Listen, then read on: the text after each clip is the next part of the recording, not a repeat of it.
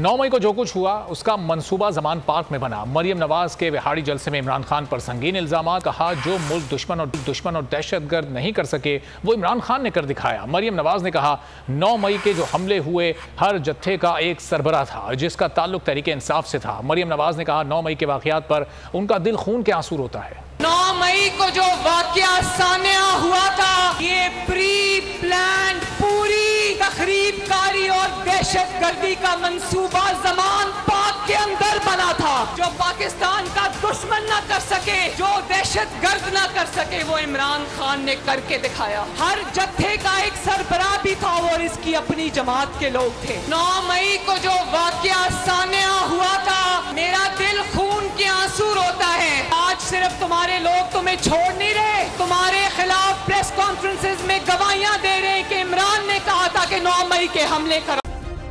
Subscribe करें और bell दबाएं ताकि कोई खबर रह न जाए।